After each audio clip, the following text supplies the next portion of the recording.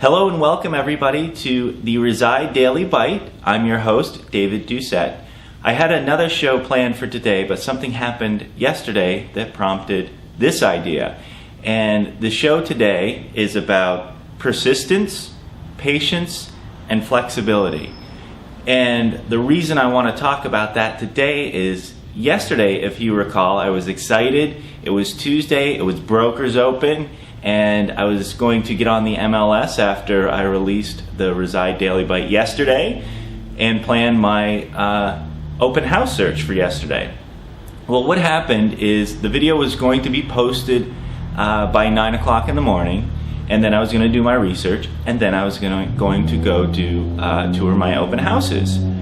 Well, what happened is I had some video editing problems and had to download some additional software. I had to go online. I was monkeying with a bunch of different things to get the video right, because there was like a hissing, sort of scratching sound in the video. The original video was fine, but it was in somehow the editing process. It took a while to get it figured out, to get it resolved. Long story short, it was about 2:30 in the afternoon when I actually finally posted that. So needless to say, I didn't make it to my open house yesterday. And it really got me thinking how that relates to the home buying process. And what we really need, especially as the home buyer, is we need to be persistent. We want to be persistent to make sure we're looking at open houses, we're researching neighborhoods, we're driving around the neighborhoods, and at different times of the day, evenings and weekends. Definitely want to make sure we're doing that. So we need to be persistent.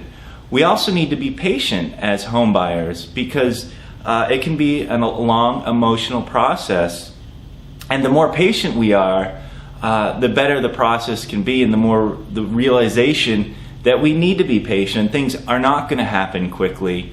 And then the flexibility, I think, is also a very important factor, because you as the home buyer, you will have your wish list, you'll have your 5 wants and needs, and the reality is there's not a home out there that is going to be the perfect home for you. It's not going to fit 100% of your wants and needs. You know, maybe we can get to 85, 90, maybe 95%, but it's unrealistic to assume or to think that we can get to 100%. So I think that's where flexibility can come into play. So if we can be persistent and always communicating with our agent during this process, if we can be patient and letting the process happen, but staying on top of it, make sure our agent is keeping us informed, because once you get an accepted offer on a property, it's going to take another 30 to 45 to 60 days